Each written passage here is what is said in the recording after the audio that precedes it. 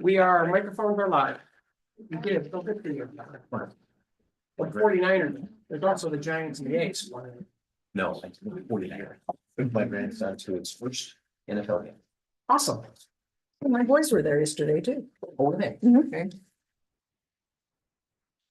Okay, it's almost 9. Just one moment more.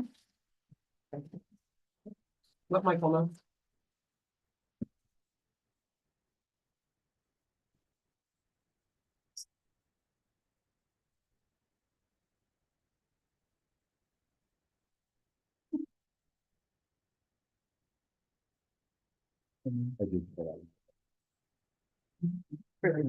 When? Yeah. Performance evaluations. Oh, is that something? Okay, I just finished. I believe that's what's in there. Yeah. Don't say it. You get it, say it. No, there's nothing, I think you just need to take that with you. Michael might want to make an announcement. Okay. Well, good morning, everyone. Thank you for being here at this meeting today. This is the August 19th MST Board of Directors meeting. And with that, you may join during the meeting. There's several ways of attending to participate, and you may either join in by person in the board conference room or join via Zoom, and the meeting ID is located on the agenda 845-0083-6234, passcode 652252, or by telephone by calling 1-699-900-6833 with the same meeting ID and passcode. So I will call this meeting to order. It is 10:01, and ask Jeanette if she would please call roll. City of Carmel by the Sea. Here. City of Delray Oaks. Here. City of Gonzales. Here. City of Greenfield. Here. City of King. City of Marina. Here. City of Monterey. Here. City of Pacific Grove. Here. City of Sand City. Here. City of Salinas. We're here. City of Seaside. City of Soledad. And County of Monterey. Present. Madam Chair, you have a form. Okay, thank you. And for the record, Anna Velasquez is attending another meeting related, and so she has an excused. Yeah, she has a meeting and an event with Speaker Rivas. Oh. Unrelated to MST, but Good. it could Oh, possibly unrelated. come up. Okay. There. Okay. I don't know what they're gonna talk. Okay, well, with that, we'll, if we could have Director Herrera lead us in the Pledge of Allegiance, we would be so honored, sir. I pledge allegiance To the flag of the United States of America and to the republic for which it stands, one nation, under God, indivisible, with liberty and justice for all.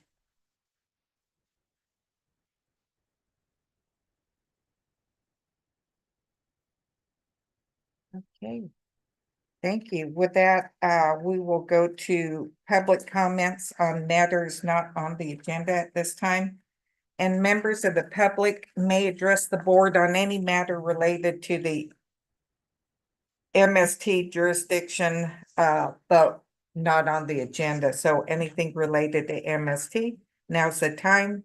There is a time limit of not more than 3 minutes for each speaker, and the public is encouraged to engage in respectful dialogue that supports freedom of speech and values diversity and option. Failure to engage in respectful dialogue will result in speakers being muted or required to leave. And with that, public comment is open. We have no one in the room, and we don't have anyone with their hands raised online. Okay.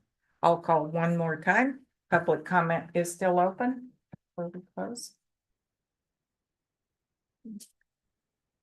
And not seeing anyone, we'll go ahead and close public comment and we'll move to item 3. We do have one action item in front of us. And it is to receive status of negotiations for approval of a SURF busway and bus rapid transit project coastal development permit. And asking to provide some direction to the board, from the board, and authorize the general manager, CEO, or the designee to execute required agreements. With that, who would like to That take would be this, me. Carol? Thank you. Okay, Okay, so as you know, this has been going on for a while. And, just to bring you all up to speed on, where things stand today and how we got here. There we go. And what the purpose of today is, first to bring you up to current on recent actions. So on July 26th, coastal staff issued a report in advance of their meeting of August 7th through the 9th to be in Calabasas that recommended a denial of our application. That met with some consternation from a variety of folks. And while we were not necessarily it was not necessarily unanticipated that that denial was going to come in. The actual statements and misstatements contained in the report were of greater concern to MST than the actual denial. And I'll get more to that process in a little bit. Shortly thereafter, a board of directors ad hoc committee meeting was formed consisting of the chair, the vice chair, and the immediate past chair, which is kind of past habit custom here when we have an emergency meeting. And to discuss that report, and to discuss an option that was presented to MST by coastal staff to offer a postponement of the hearing until September 11th, allowing MST and coastal staff to discuss our differences about the contained within the staff report, factual and otherwise, with regard to the objectives of the project, the need for the project.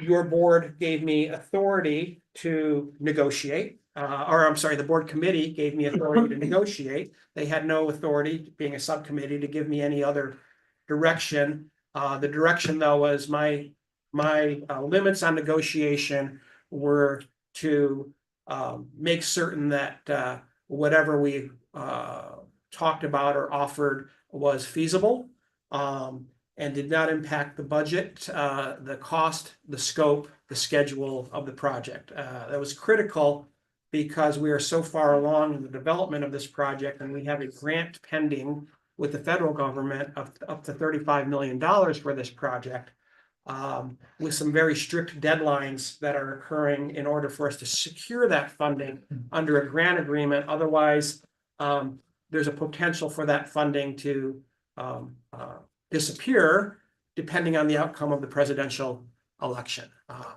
So it's right now we have money that's reserved in the Biden budget. The administration, we know that we will not have a Biden administration now. And so there will be a new administration. One outcome may have an administration that is more kind to this project. One outcome would result in a less kind option. So there's a concern there, and that concern has been expressed to us by our federal delegation, from our senators, from our representatives, and from the administration itself, that this is something that we should be very, very concerned about. So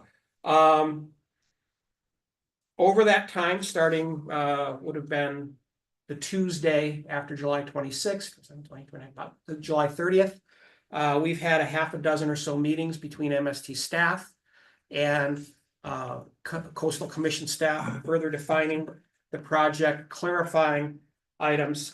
And then it culminated, and I don't know if it culminated, we're still talking, but on Friday, We had a 4-hour marathon session facilitated by Senator Laird and his offices with representatives of the branch line owners, CAMC, represented by Todd Muck, who's on the call, calling in, MST, and the director of the Coastal Commission, Dr. Kate Huckelbridge, one of her staff members. I had Lisa Reinheimer with me, as well as our project engineer, Kimley Horn, to discuss where we were at that point.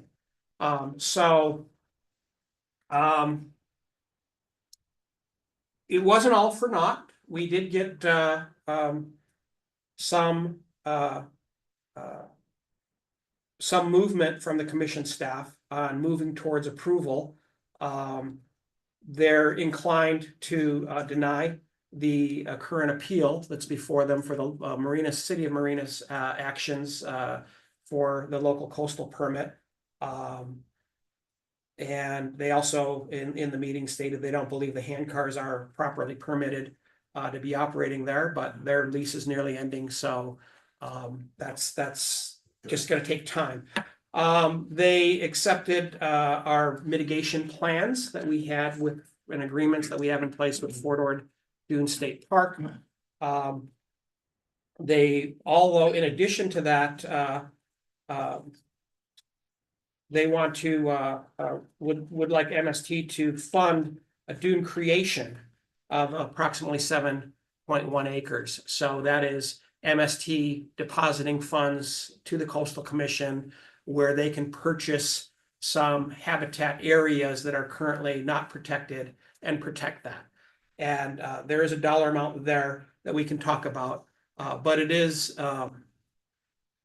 something that our budget can hold without also meeting the requirements that your board gave me, not violating any actions this board has taken with regard to CEQA, other determinations, impacting budget scope, and that. So there is an amount there that we can talk about if you want to get into the particulars. The sticking points are, the other aspect of it was they also agreed to, they had discussed, which was new information in our meeting, that if this project were to be approved, that they were going to create a conservation easement in the rest of the branch line that would preclude any further rail to be used in the future. That was walked back during the meeting. So again, some positivity. Ultimately, where things ended on Friday was a position, though, that the staff felt that they would approve all of this if the alignment of the busway were to be moved from its current position adjacent to the branch line and to be moved on top of the branch line, removing all of the rail, track, and ballast. That, for our owner and partner, CAMC, creates a lot of issues because let me just go, I'll go through what our concerns are with that. I mean, so we have a path forward getting to yes. However, the conditions are such that I don't believe the CAMC board is in a position where they're going to want to approve this. So that changed the scope, that changed the schedule and to the budget in order to redesign the project that is at 100% design. Now to redesign it would likely create cost implications that might have issues with our current CEQA findings. It might also reopen our NEPA analysis. That was a 2-year process that we went through with US Fish and Wildlife, although it might not be that long of a process, but still it's an unknown. It might, as I said, also create some possible CEQA issues. It also, to me, is a bait and switch of everything that we have said so far to date. MST has had, hundreds of meetings, meeting thousands of people, and where we have said publicly that our primary goal objective of this project was to minimize the impact on the existing rail infrastructure. And the fact that we are currently, in order to avoid the 8th Street Bridge and some major infrastructure challenges, have said that we're going to remove 4,400 linear feet of rail line, created, as those members of you who sit on TAMC know, a lot of political issue and upheaval at the TAMC board level. So now the proposal is to remove 18,000 linear feet of rail. So those are really the issues our concern is that the Coastal Act, if you read it,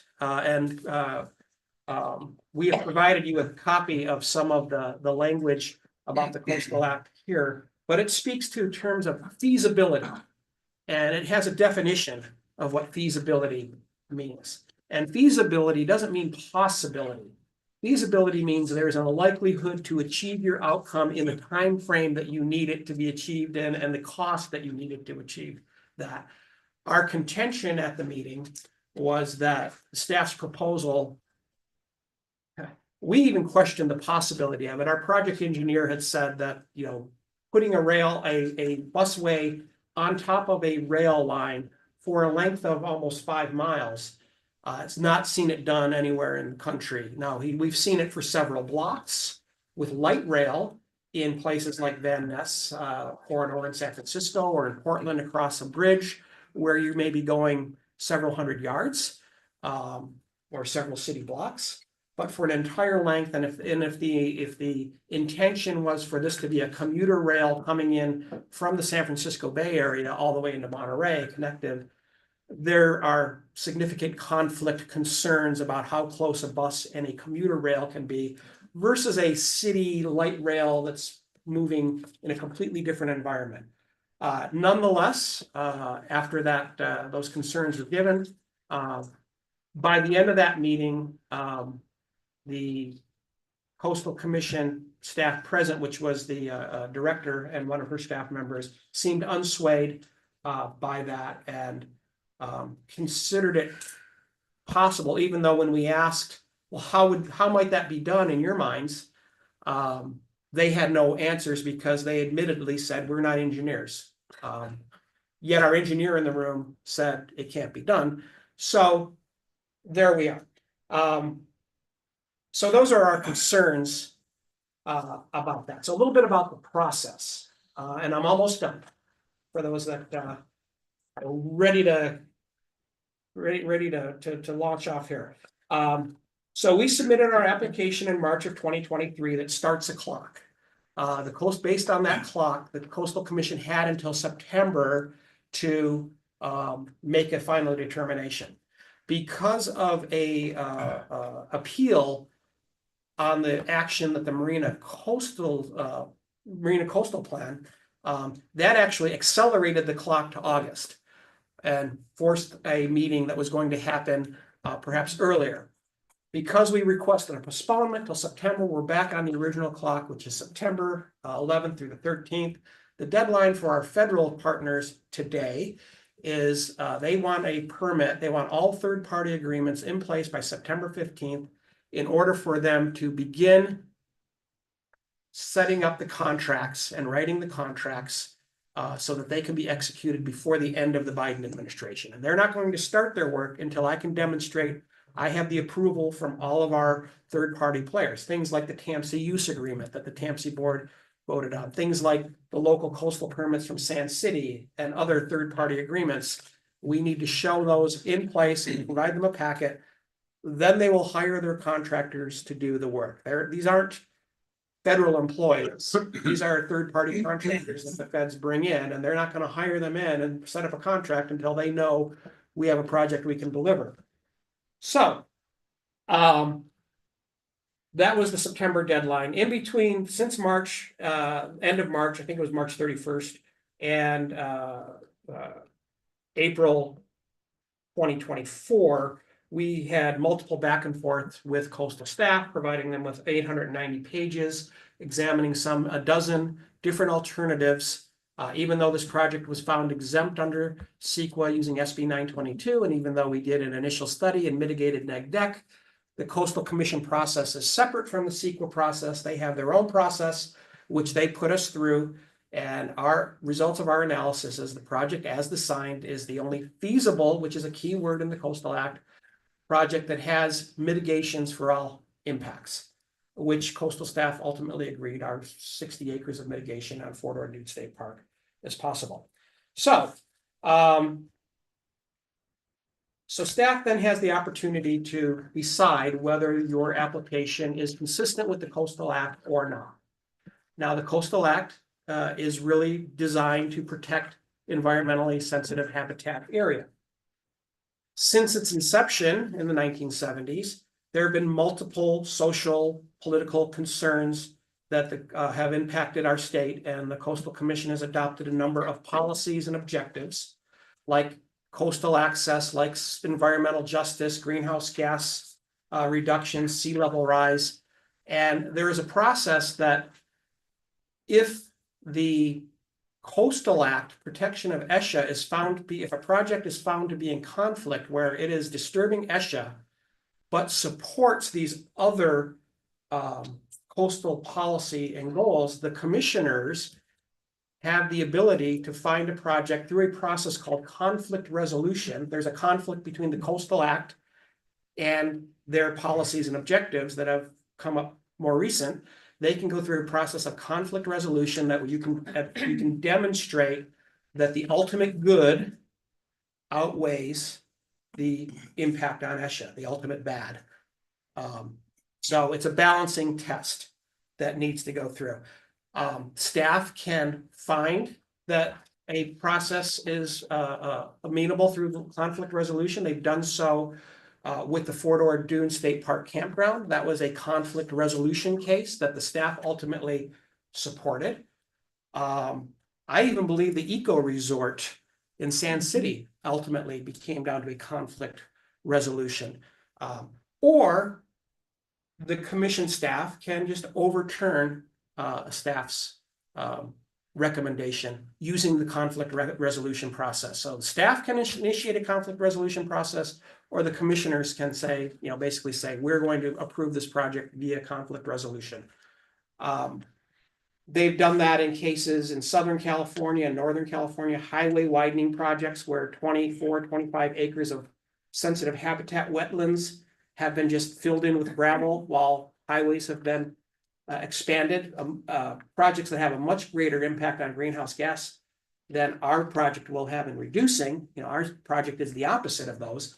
Those have found their way through approval by the commission, as has the Fort Ord Nude State Campground. So there's a history, and it's not unusual for the commission to overturn a staff recommendation.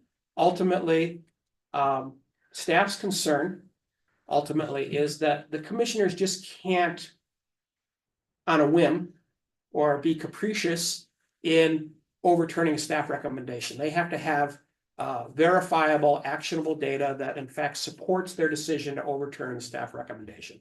So staff's ultimate concern is their risk of litigation. Just like MST's concern is a risk to litigation. We don't want to open up any past decisions your board has made. Coastal staff doesn't want to expose themselves to them unnecessarily to any source of litigation. In our meeting, part of our addressing those concerns, I have offered to staff our resources through legal assistance, something called a joint defense agreement, where MST could work together with coastal staff's resources to help them fortify themselves and help defend against any litigation that might come as a result of that response. Coastal staff was open to that suggestion. So I don't want to portray that we're completely at odds. What we're at odds on, I think it really comes down to what is a feasible alternative and what is not. And is the requirement to remove 18,000 feet of rail and ballast and ties feasible? And should we, can we convince the staff between the time they have to issue their staff report for their September meeting that it is in fact not feasible? Or should they continue ahead and say, no, this is, we believe it to be feasible? Then do we seek the board to overturn that recommendation. The second issue that you have before you is a letter based on the staff report of July 26th. MST staff went through fairly thoroughly, and we found 41 errors, errors of fact, omissions of facts, and misrepresentations of facts of the 890 plus pages of documentation that we had provided. We feel that it's important to set the administrative record and to correct the administrative record, because we would not want to have that report be the final word on what this project is, because it's not supported by the massive amount of documentation that coastal staff had available to them and chose not to use in their staff report. So that is where we are today. So the things that we're asking for is I provided you a letter and providing you a supporting documentation. Staff would suggest that this letter and supporting documentation be sent via your board chair on behalf of your board to the Coastal Commission staff, correcting the administrative record. And then we need to have some direction as far as budget authority. Currently, the amount that is presented to MST for dune habitat restoration is about $7 million for 7 acres of habitat restoration that's been put before us. MST reserves can fund that amount without, we believe, without going over our exceeding our findings that we've had made about this project in our CEQA findings, where we stated this project would not be above $100 million. So that puts us at the limit of that. There is that aspect of it, but really, regardless, that whole mitigation, additional mitigation of dune habitat creation is contingent upon CAMC being asked to remove CAMC allowing MST's project to remove the existing rail and supporting infrastructure, which to me is, believe it or not, that's bigger issue than $7 million from a political standpoint and from a feasibility standpoint. Also, as I mentioned, the complete redesign. Costs are unknown, although, you know, we don't know what the cost implications would be. It's really the complete redesign and the impact on our schedule and the impact that it will have on our ability to meet the federal deadline of September 15th to have this coastal permit, and the potential to lose $35 million, and leaving that to the outcome of a federal election. And yes, I've seen the polls from this weekend, but I've been to this movie before. Right.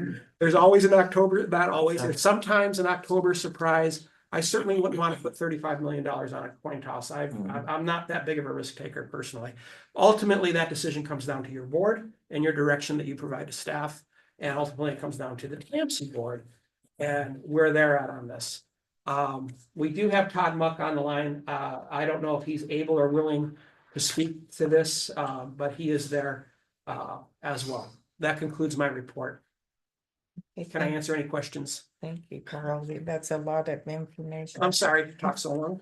No, yes, sir. Yeah, I'm trying to understand how, and I know the staff recommendations from the Coastal Commission play a lot, but what's driving, was anything revealed in the meeting that would be driving their cause of saying they'd like the entire train gone versus our original plan of cohabitating the same space to preserve the future ease with which pulling in a train? What's the motive seem to be? Well, I think there's a motive to get to yes. I mean, I think they're feeling pressure to try to find a way to make something work in this project through the sole lens, which is their, you know, the world which they look at is the Coastal Act and ESHA. So up until Friday, the the feedback that we had received from coastal staff is that ESHA, which means environmental sensitive habitat area. Yeah. It's not a habitat, it's a habitat area, length and width. Right. Of an area that could potentially support environmentally sensitive habitat. It has been communicated us very clearly up through Friday that ESHA is ESHA is ESHA. That the rail ballast and corridor is no different than the adjacent area next to it. And that in the Coastal Act's viewpoint and their viewpoint, that it's all the same. On Friday, they made I think it was they gave a little bit and they said, not necessarily anything that does us any good, but what they said is no, they acknowledge that perhaps in their mind that the rail ballast was not as valuable as the sand next to the rail ballast. They also don't acknowledge that the rail exists, which I found curious because it's not being used. They don't recognize that the infrastructure exists. And I have to give Todd credit on this one, or I hopefully he doesn't mind, but his comment was, well, does that mean when the airport runway isn't being used, the runway doesn't exist? Yeah. I mean, infrastructure, the infrastructure exists, but in the staff's, in their, I guess reasoning in this meeting, they said, well, because it's not being used today, it doesn't really exist. So we can say that it's not having the impact. That had not been the position for the past 15 months. So it's really, so to answer your question shortly, staff's sole concern is preservation of ESHA and creation of dune habitat as a result of this project. They are not concerned about the greenhouse gas savings. They are not concerned about the environmental justice issues. They are not, and I believe that those are their board's policies. Staff, as I'm reading it, staff is saying this is the Coastal Act, and they're viewing this very, very narrowly, and offered up to saying, the commission may just overturn us. They do it often. I'm not gonna say they do it all the time, but their response was, it happens. It happened. Kellan was another project where this has happened. So it's not unusually locally for the coastal conflict resolution process to be used by staff, as in the example of Fort Ord and Dune State Park campgrounds, or be used by the Coastal Commission as for the Kellan project. So it is a it's part of the game, not part of the game, part of the process. And so our staff's recommendation is we continue the process through its end and see where we go. And then if there's litigation, we work with Coastal and we combine resources to help each other.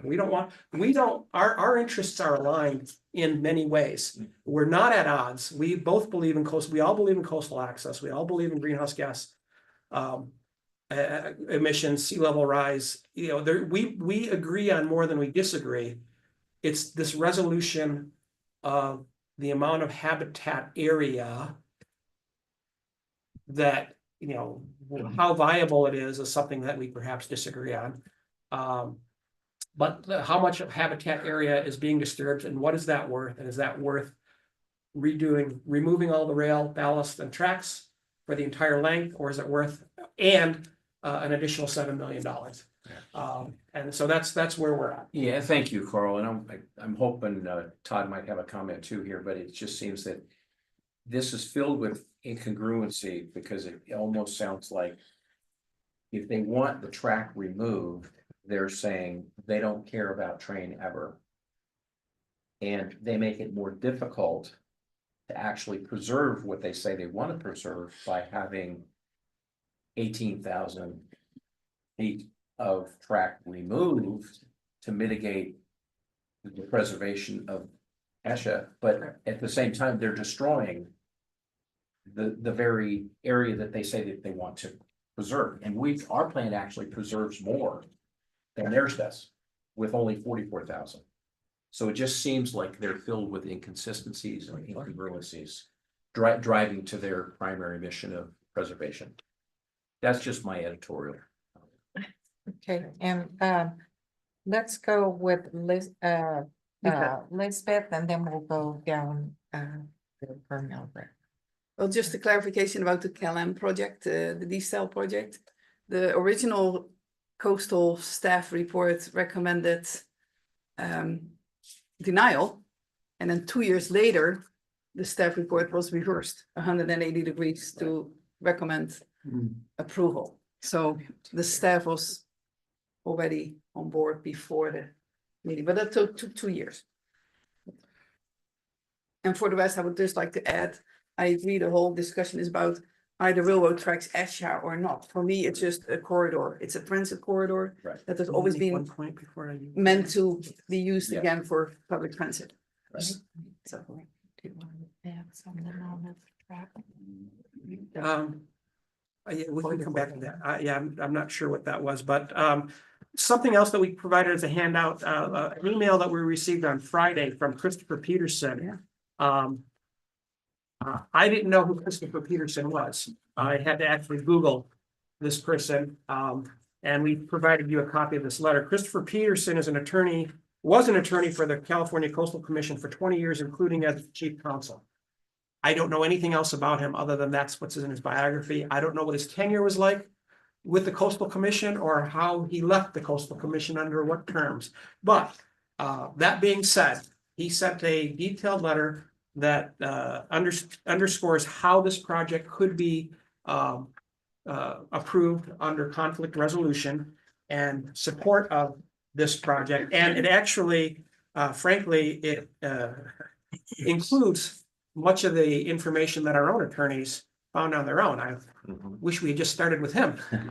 Saved a few hours, but this came in Friday afternoon, like 15 minutes, 20 minutes before our meeting was supposed to start with Coastal Commission, and not knowing who this person was. It went to coastal staff, was copied to me. This letter did not come up in the meeting because I didn't know who it was, and I couldn't verify any of this on the fly in 15 minutes. So this just kind of sat out there. I shared it with Senator Laird and his counsel, but his district director, Kate Daniels. But that was after the meeting because I didn't have a chance to really look at it until then. And sitting in the Santa Cruz courthouse parking lot, figured out who this guy was. So anyway, I did want to make that point before you continue. So. Okay, thank you, Carl.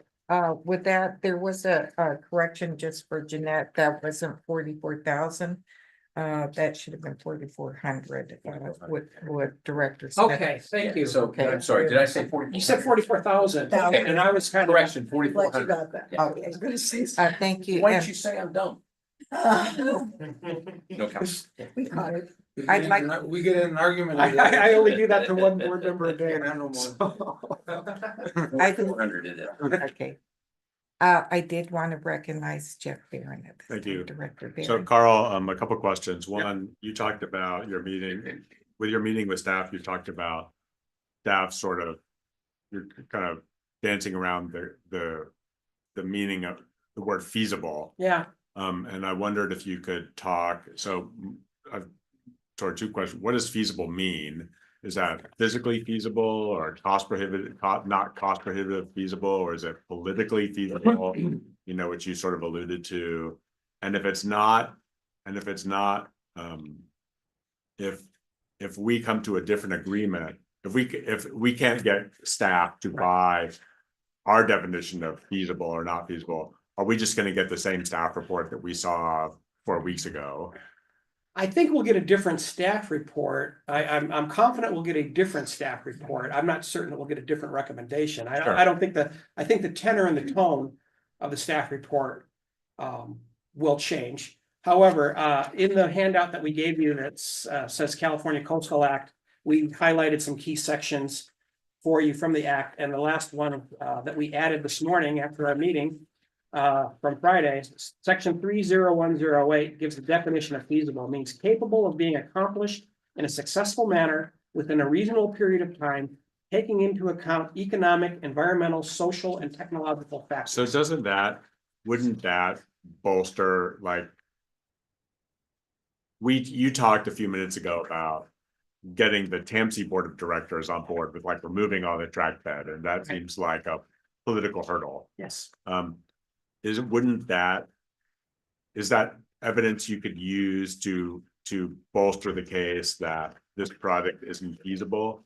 Yes, and frankly, when we were in our meeting, again, I'll give Todd credit on this. He asked, what is feasible? What is your definition of feasible? And the staff, And they- this is it? this is it, but they didn't answer the question because it's a legal question, and we went to the act afterwards, actually. Michelle Overmeyer looked it up while I was driving back from Santa Cruz and shot me the answer, and I asked her to send it to Todd.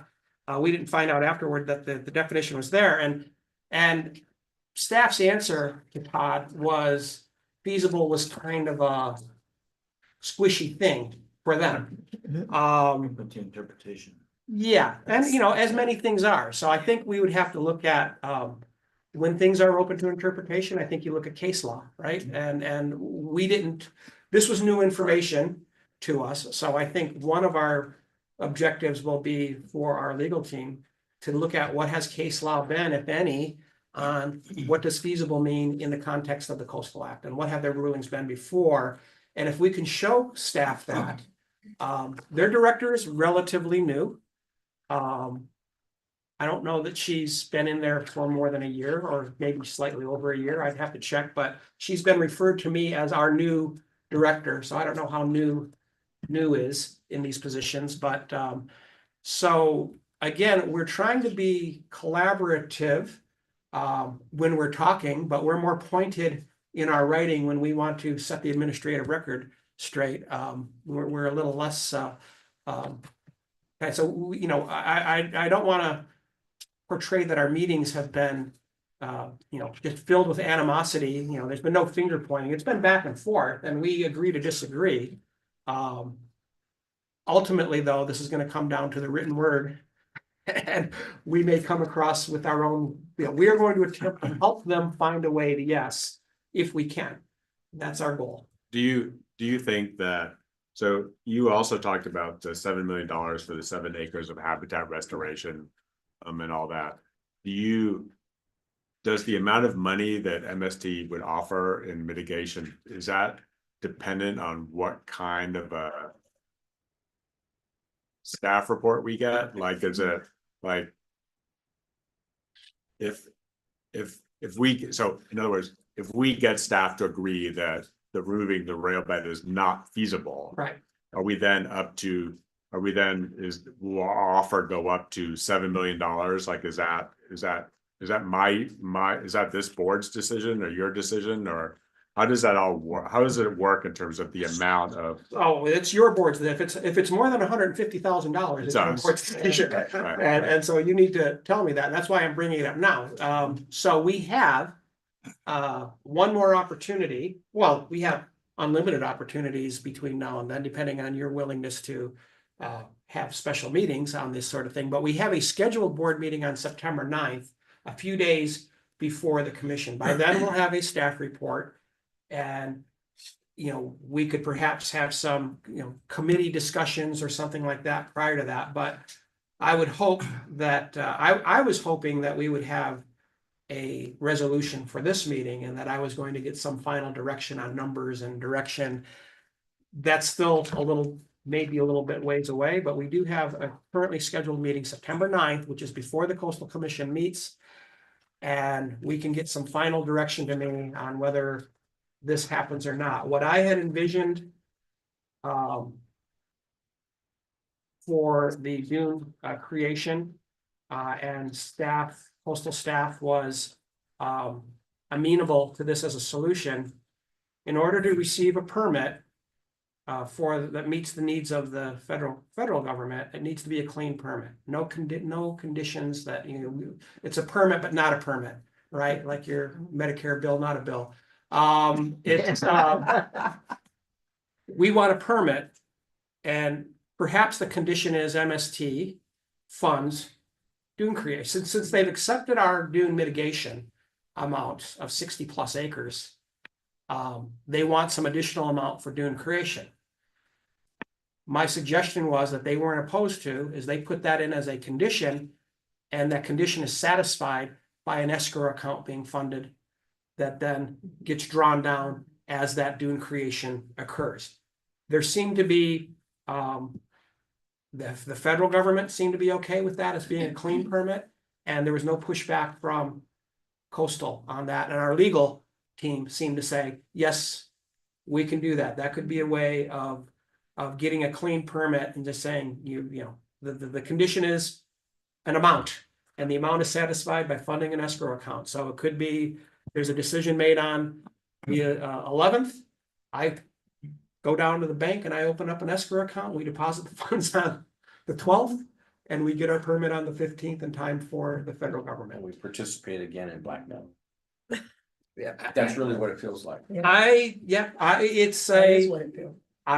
I'm not going to, you know, comment on that.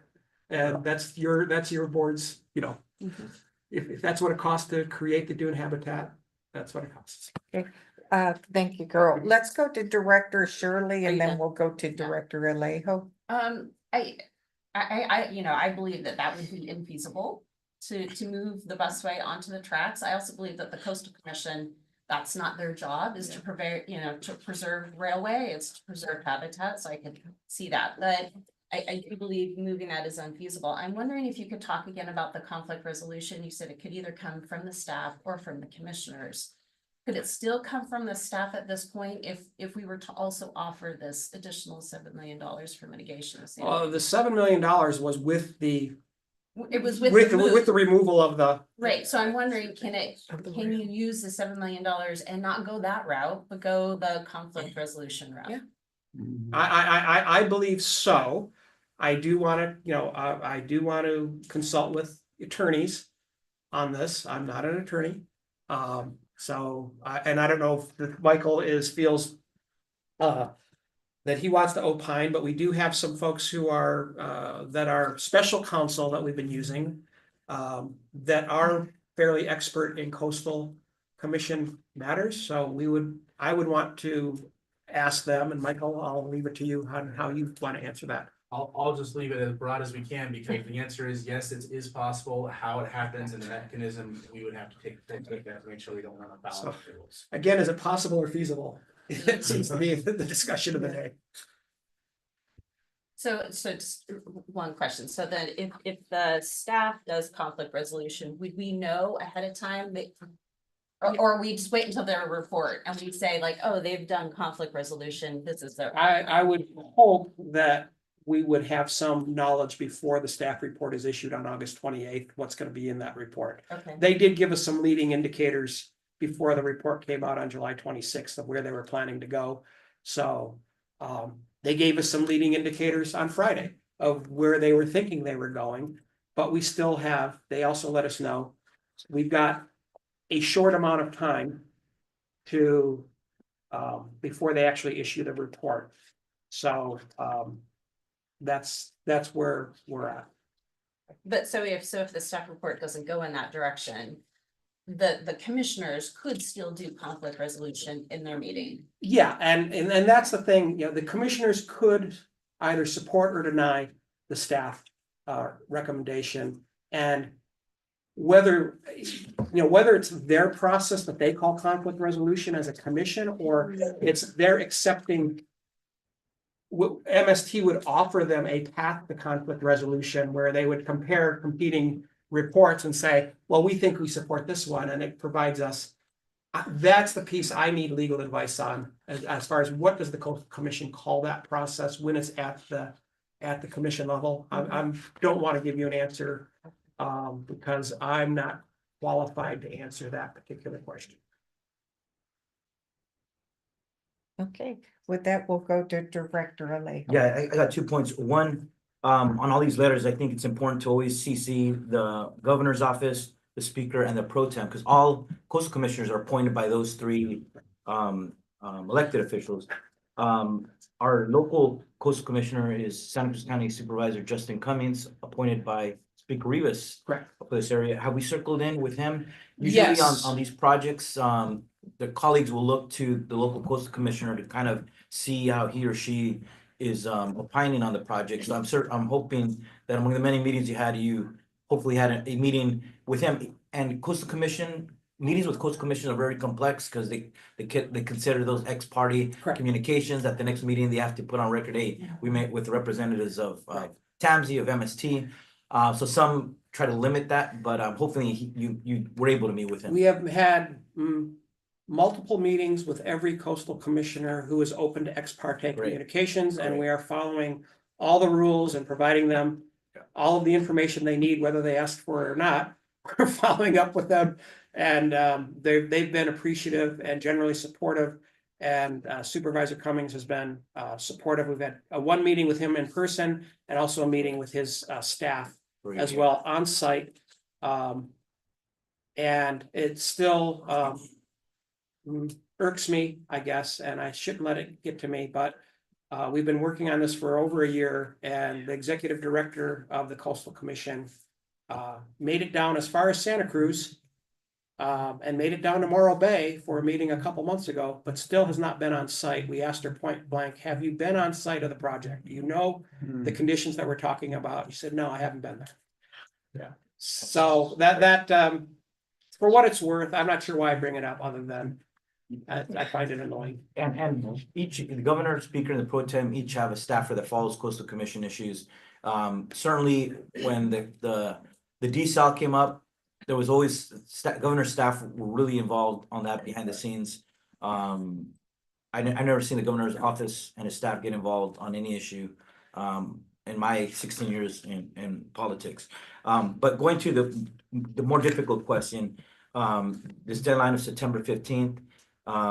Usually if coastal commission staff have a recommendation, and let's say the commissioners were to go a different direction, usually a body would want to approve a resolution of intent to decide differently than coastal commission staff, and then they would come back at the subsequent meeting to make sure the findings, administrative findings were on the record, so that if there is a legal challenge, the coastal commission's decision would withstand any challenge. Here, the September 15th makes it more difficult to be able to do that. And the reason that's important, there was a housing project in Las Lomas where coastal commission staff recommended against it. We were able to convince the commissioners to decide differently on that. But then when the approval was done, it was challenged in court, and because the findings were not there, the project lost in court. The court overturned the coastal commissioner's decision. So that's why being able to have the opportunity for council, for the coastal commission to come back and have the findings of the record, I think that's going to be critical for this project. Actually, so the original deadline for this permit was June 30th. I've negotiated out to September 15th, and I was told as far as we're going to go.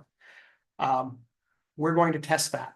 If we have a vote from the commissioners, and then there is a ministerial action that needs to be taken, the approval from the findings, my position with the Federal Transit Administration is, look, you have a vote from the commissioners to issue the permit. Start working, get your contractors on board, start writing the contract. When the actual permit comes and this administrative stuff, ministerial stuff is done, we'll get this over to you. You can attach it to the documents.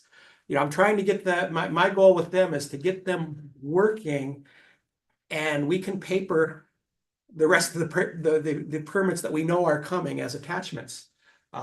So that is what we're attempting to work. They want this project to happen. They're not attempting to get in our way. Their concern is just really logistical schedule and resources to physically get this done before the end of the administration. And they are, I've taken phone calls from the highest levels within the Federal Transit Administration, who is also reaching out to Congressman Padetta and Speaker Rivas and to Senator Laird. This is coming from Washington, D.C. outside of my, it's beyond the person I'm working with at my level, and it's shot all the way to the top there, and they're dealing at a different level, and I'm not privy to those conversations. I just know they're occurring because I'm getting the communications back saying, hey, I'm getting a call from this guy, what's going on? Yeah, but to that point, technically, you at that, if the findings were to come, you still wouldn't have a permit yet because they would still need to finalize that subsequent meeting. And then then it's like, when is the next meeting? If it's in October, It's an October. can the staff make those findings and put it on the October agenda? Cause I could see real easy, they said, no, it's gonna take us 4 or 5 months, the holidays hit. I don't know if they have a meeting in November. Yeah. December, so I think there needs to be a request that needs to be put at the earliest possible agenda to make those the final approvals. Points well taken, and we will, you know, this process is fraught with difficulty. All I can say is every step of the way, there's something standing in the way of this project coming to fruition. Had this been a year ago, this wouldn't be an issue. The issue is really the end of the administration, and even FTA staff will say that. So it's a matter of how good is for the FTA. Will they accept a vote by the commission as good enough until the permit actually comes for them to sign the agreement? And maybe the agreement is something, maybe they change the agreement, you know, you've satisfied the terms of the agreement, but you don't get to spend any of this money. Yeah. Until we have the physical permit in hand. You know, there are things that we can still do to write the agreement that they can be flexible with and that I'll be negotiating for. Right. I like your optimism. It comes and goes. Director Ferrera? It's Monday. Well, I concur. I appreciate your optimism. I'm sure you don't sleep well at night sometimes, but Mr. Sidorik, maybe my question with the comment here is, it sounds like you're doing everything that we can do. That's Yes. And it sounds, and you know what, and I feel optimistic as well, being that you're telling this board that it seems like everybody wants to get to the yes, it's just all these hurdles that are in front of us. And even coastal commission staff will tell you, they understand Yeah. the goals of this project and they get it. Yeah. But what they're bound by is it's the constraints within the Coastal Act Yeah. itself. And so they're not opposing, they're not thinking that we're doing a bad thing. I mean, they just approved of, I think, 100 oil wells in Long Beach or something like that. Yeah. And they do these freeway projects. But they get that this project is different. Yeah. And they understand it intellectually. Yeah. But what they are struggling with is how do they get there within the constraints of the law that they are tasked with upholding? And it might just come to, again, it may come to the commissioners who apparently have some ability to make findings that the impact on ESHA is less than the greater good that the project provides. And it sounds, this political muscle that you have on the federal level, the state level, Rivas, Panetta, Laird, even though you say you're not privy to these conversations, it sounds like they're strong allies of MST, and possibly there might be something good coming out of all of that. Yeah, I would say every person we've talked to, even those commissioners that we've spoken to that are taking the ex parte communications to a single one are all positive about the impacts of this project and the goals and what it's attempting to achieve, and that it fits the goals of the bipartisan infrastructure bill. This is exactly the intent of that money that we're putting in place. It meets the goals of the state's SB 125 and Transit Intercity Rail Program funding that we're using. This project is an example of what those funding sources were intended to do. Yeah, and my last question is, this executive director that has not come to the site. I know we all have bosses somewhere, and why do you think the negligence is not to want to go there? Any idea, or is there a person or persons that can ask this executive director, can you take a little drive over there? Well, they have staff in Santa Cruz. She has a staff in Santa Cruz. That's the closest staff. We're not their only project. They manage, projects from Oregon to San Diego, from Eureka to San Diego. I'm not gonna speak for her. I don't know. No, I guess I'm asking about, it's like, if this board tells you, Mr. Sedora, could you go take a drive over there and find out what's going on? You would do it, that's what I'm asking, Yeah, I don't. Is there anything this board could do to, we got some heavy hitters here, I'm looking at Mr. Labar there. Because that's nonsense to me, I'll be honest, I know you can't say anything. This information has been shared with the chair of the coastal commission, so, it's, that information has been shared at our meetings. It has found a way to work its way into the conversation. Yeah. Not very pointedly, but kind of in a, by the way. On how it was. Director Worthy. My question is direction from this board. Do you want us to approve the $7 million idea for the dune creation? What is it that you need? I don't think I from need us? that until September 9th. Okay. I think the direction I need is first to authorize the board chair to send a letter to correct the administrative record. That's a primary concern of ours, just to set the record straight on what the project, define the project for what it is based on the facts of what it is. I would suggest that you continue to have the direction to work with coastal staff to get to yes, and to provide whatever resources, and whether it's legal, consulting, or whatever, to help them achieve a status of conflict resolution towards approving this project. And then failing that, to continue to advocate with the commissioners and those members of the state legislature that have impact in these types of decisions, to continue to support this project. And as well as with the FTA, to continue to find ways to find a way to make this happen. I don't think now is the time to give up on this project. And time is to really buckle down and continue to be creative and to be collaborative. Those are the types of things in MST's culture that have suited us well. And to save the fight for a later day. Let's continue to be collaborative, but be prepared for a future fight, I guess, is don't be Pollyanna about this. This could go sideways, and we need to be prepared to make some decisions as far as what fight might need to happen, and how bad do we want that fight, and take it on. So that's, I think, yet to come. Does that sound, unless you all have different. I'll make that a motion then. Oh. Yeah. Madam Chair, we Wait, have a public present. I do know we do have 2 more board comments. I'll go over to Director Labar first, and then we'll go to Director Amelia. And I will second that motion, but the comment I wanted to make is why we talk about the surf project and its location.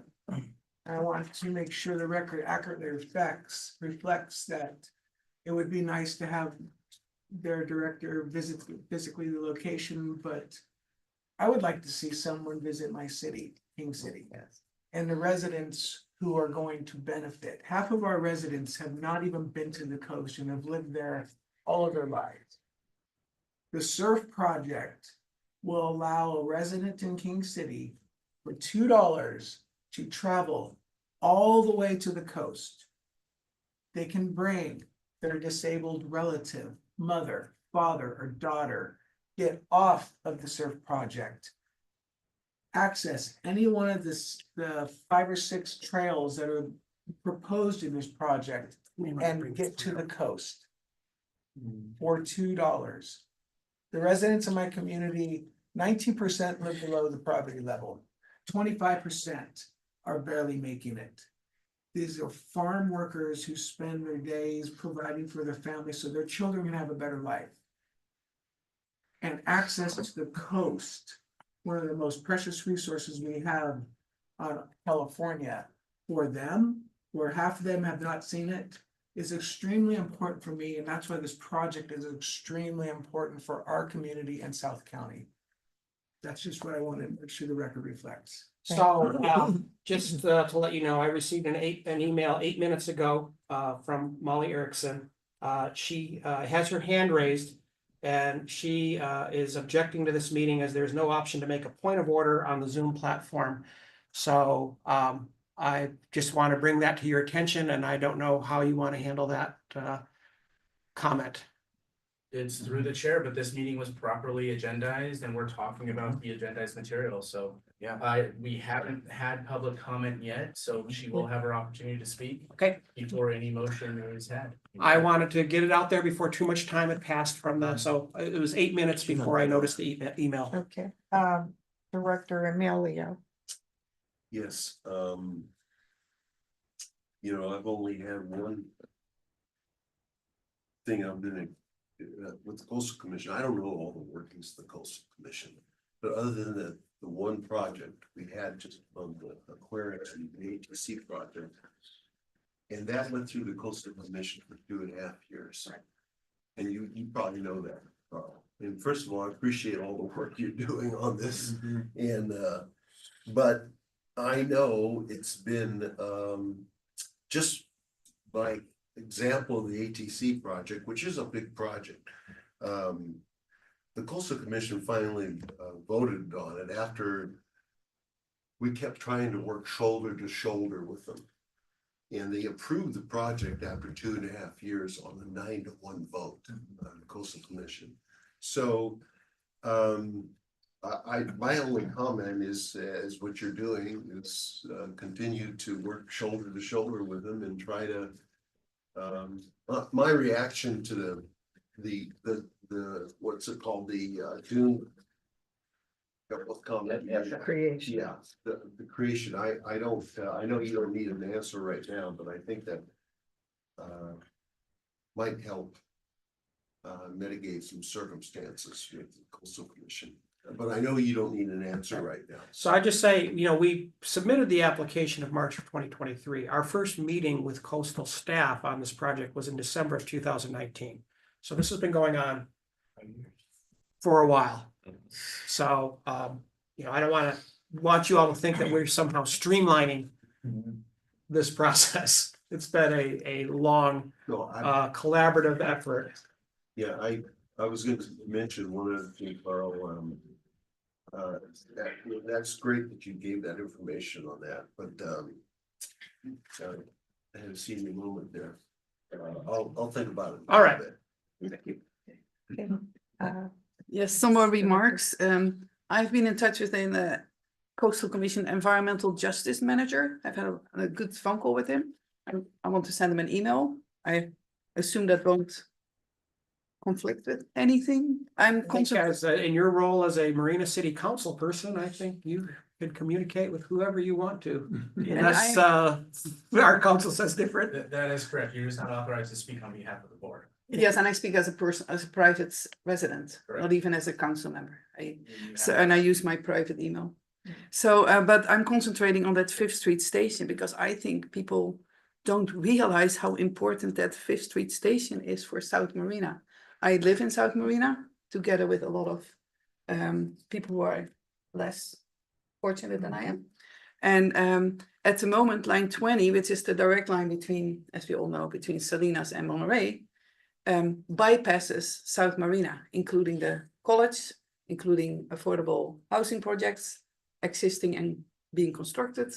The Dunes shopping center with the promenade is being constructed. Lots of new jobs will be there. People need to be able to reach their work. And so this station is, I think this is one of the most beautiful parts of this plan. This is the only plan that offers that station because all the alternatives, the bus on shoulder, dedicated line, it still bypasses that entire area. Or they talk about, having to construct new exit and off ramps, on and off ramps. That will not be feasible, to use that word, will be so expensive, if at all doable because of the elevations there. And I would recommend if somebody comes to visit the site, let them bike. I don't know how many people have biked that pathway, but when they talk about the recreational trail, the one right next to Highway 1, that's just next to Highway 1, you're biking next to the cars. And the most beautiful bike path is the one close to the bay.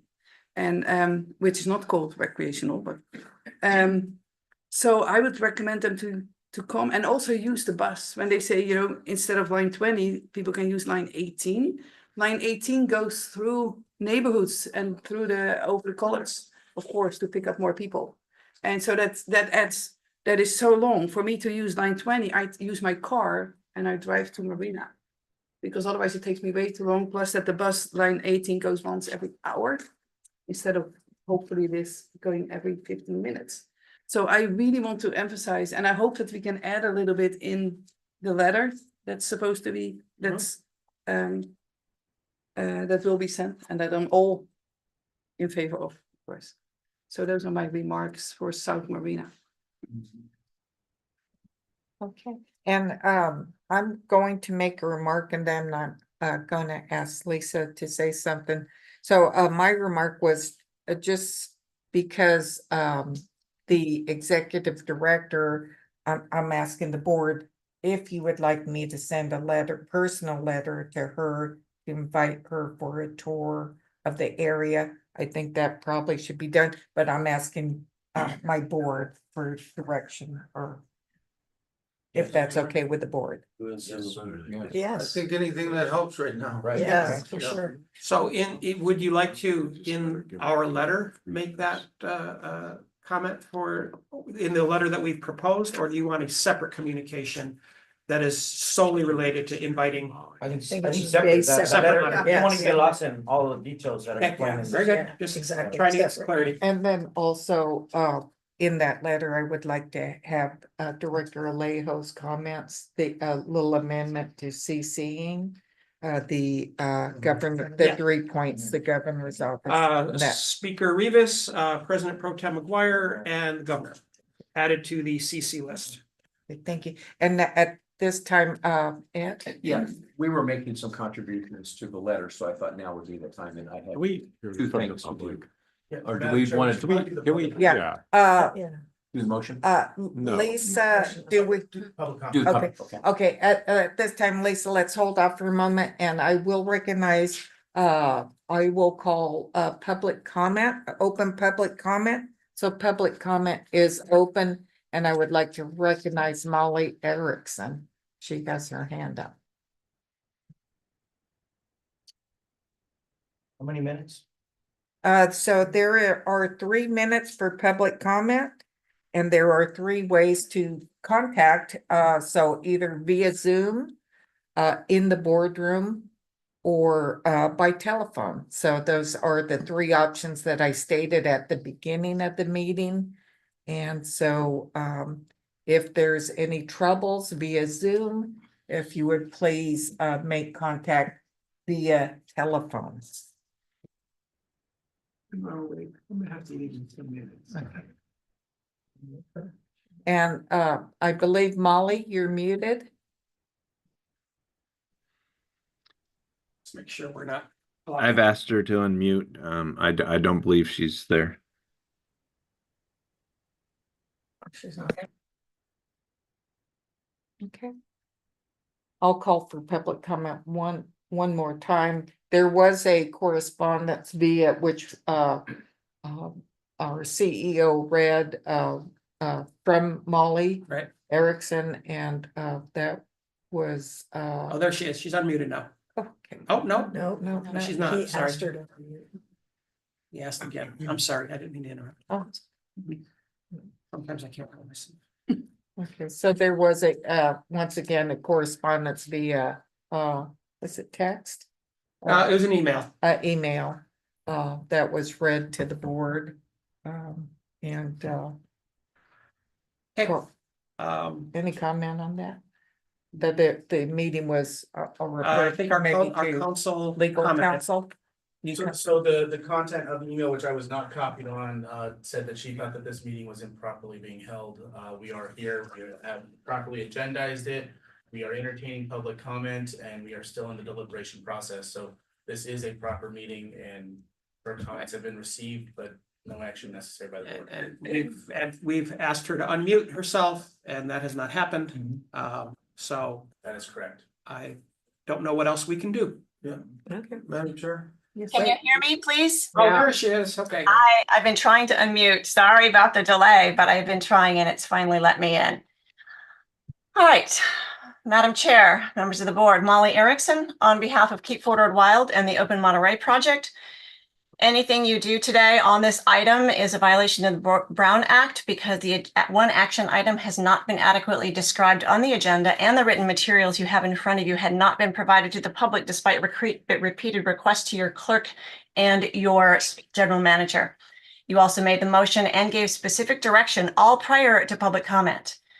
This project would not provide coastal access. It would not improve anything from the current access and would make coastal access worse because it would eliminate the two existing vertical access connectors that are heavily used by marina and seaside residents as free recreation.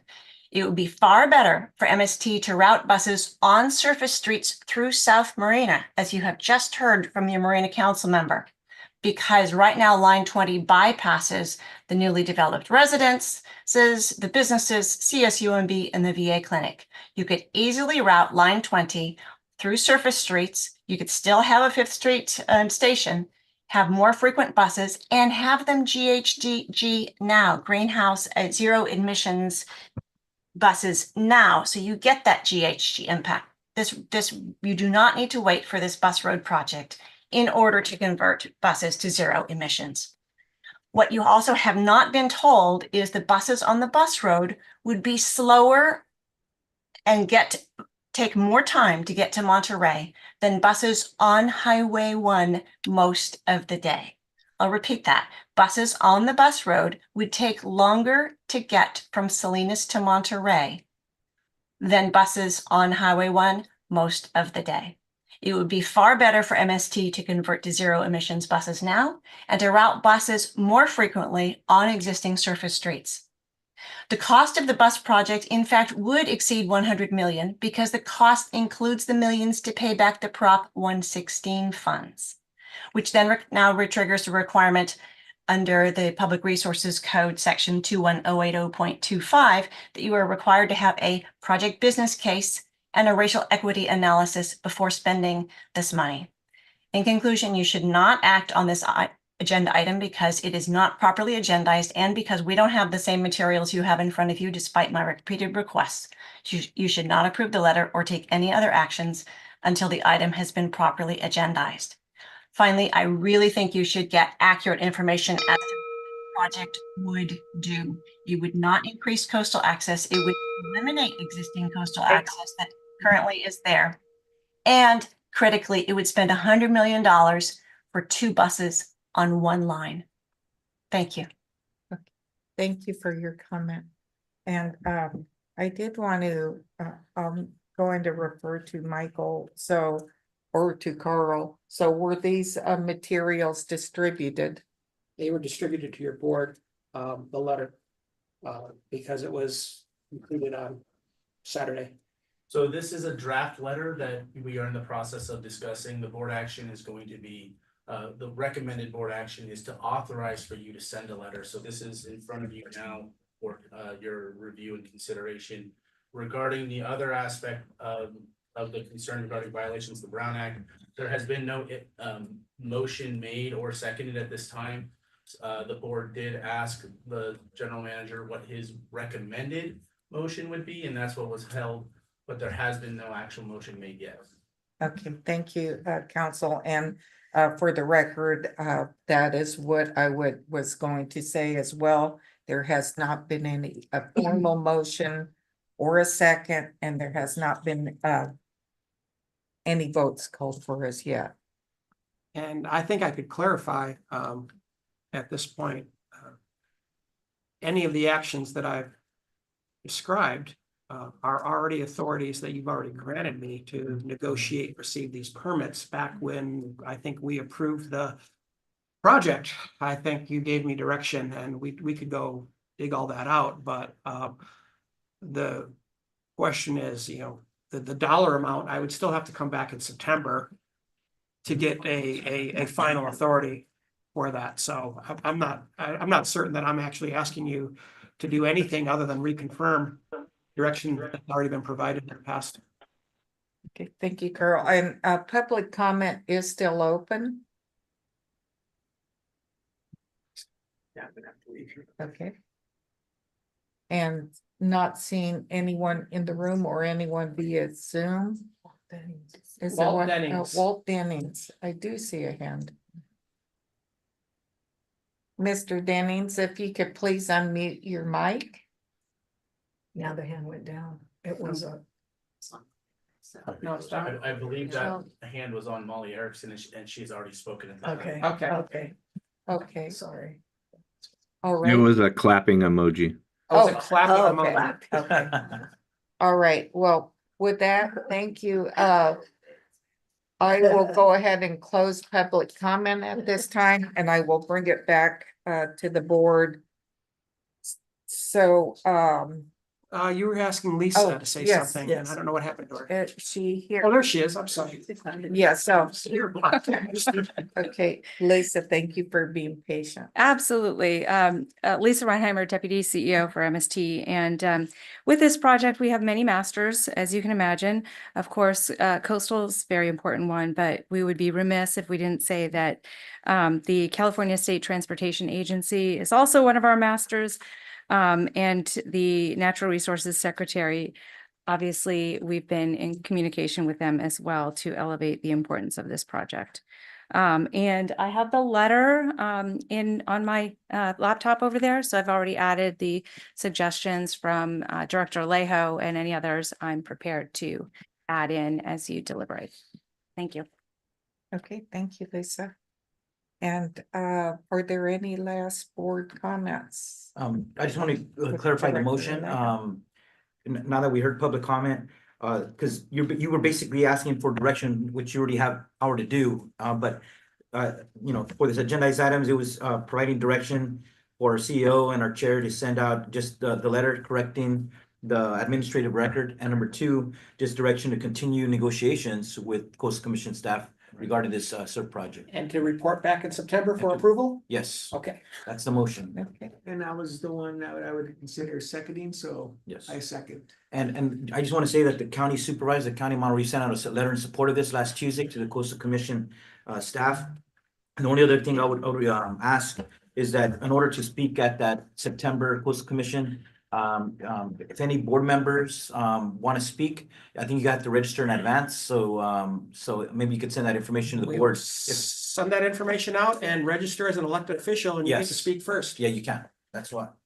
and Director Vista. Yes, I would like to clarify what was mentioned, that I did never say that alternatives will be better than the surf project for South Marina. Definitely not. Anybody who has seen Second Avenue in the morning, especially when CSUMB is in session, would never even suggest this alternative.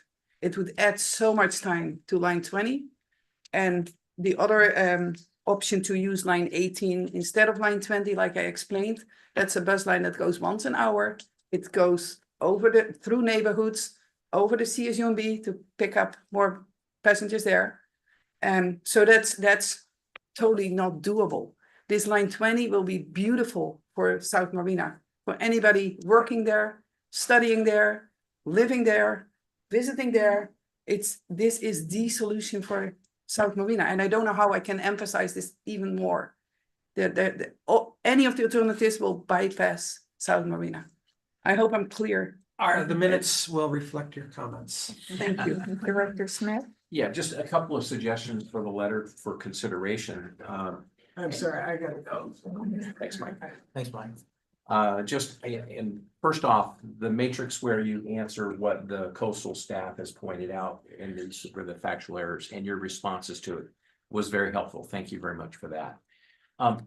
One of the things I think that's not really in this proposed letter is the fact that this was not only 4,500 people in our community outreach, but also under Measure X. It was actually a vote of the public in the county of Monterey. Yep. Which said that's one of those projects that we agree with. And so that's a vote of the people that recognizes that it was well-defined in Measure X. It did not impact the recreational area. It actually enhanced the access to the beach. So I think that we should have something in there about Measure X. 67.5% support? for Yes, that? yes, and I think we should, maybe some of the conclusions, we should put that. So I think we should highlight that Measure X. The other thing was that, I know we don't want to laden this letter back with to regurgitate what we've already indicated, but it seems like it ought to hit this continual comment that we hear there in their comment. There are a handful of promising alternatives that warrant additional consideration, including using one of the current 3 highway travel lanes. I think that should be highlighted in here, which makes that not feasible, which means our project is the most feasible. So I think we should highlight what Caltrans said, what the CHP said, or whatever results we had from a consideration of an on-shoulder lane. I think that's not feasible. So that's why we are saying that the surf route is the most reasonable and feasible. So those 2 comments. Okay, go ahead. With that, I believe that looks like all the comments. With the board, Carl, you have the information I have my direction. and you have your direction. With that, I will call for a motion for approval. Oh, yeah, we have We a have- motion and a second. Yes. Oh, we did. Yeah. Okay, I'm sorry. Motion by Alejo, second by Labar. Okay, with that, all those in favor, please signify by saying aye. Aye. Any noes? Any abstentions? Unanimous. Unanimous. Motion carries. With that, I will, Show me the money. I will, Right, Tony. get ready to adjourn the meeting. We'll adjourn the meeting. There is a little envelope for you to take with you. It is regarding the, your evaluation of your Yeah. general manager. Timing is everything. And with that, we will adjourn this meeting at 11:26. And Thank thank you you. everyone for being here. Thank you all for coming in for. All right, pushing thank it you. And taking the time out of your, what's left of your summer. Funded the same.